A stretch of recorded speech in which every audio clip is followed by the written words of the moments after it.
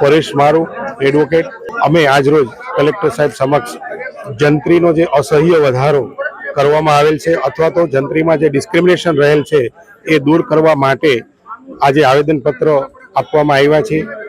આ આવેદનપત્ર આપવાનો મુખ્ય જે અમારો આશય છે એ આશય સરકારશ્રી દ્વારા જે સૂચિત જંત્રી વધારો કરવા અંગેનો નિર્ણય લેવાનાર છે એની અંદર ખરેખર અમુક જગ્યાએ 10 ગણો અમુક જગ્યાએ 15 ગણો જે જંત્રી વધારો કરવામાં આવ્યો છે એ યોગ્ય નથી, વ્યાજબી નથી।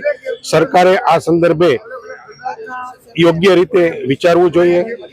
સામાન્ય રીતે નાનામાં નાની વ્યક્તિ પોતાના પરિવાર સાથે પોતાનું રહેણાંકનું મકાન ધરાવતા હોય એવો જે બેઝિક આશય સરકારશ્રીનો પણ સામાન્ય રીતે હોય છે, તો એની અંદર જે ગયા વર્ષે જ 2 ગણો જંત્રી વધારો કરવામાં આવ્યો છે।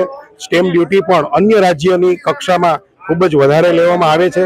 તો આ જે વિસંગતતા છે એ વિસંગતતા સરકારશ્રી દૂર કરે અને યોગ્ય નાનામાં નાની વ્યક્તિ સાથે પણ સુમેળ અથવા તો નાનામાં નાની વ્યક્તિ પણ પોતાનું રહેણાંકનું મકાન લઈ શકે એ માટે યોગ્ય કરે એવી જ અમારી અપેક્ષા છે।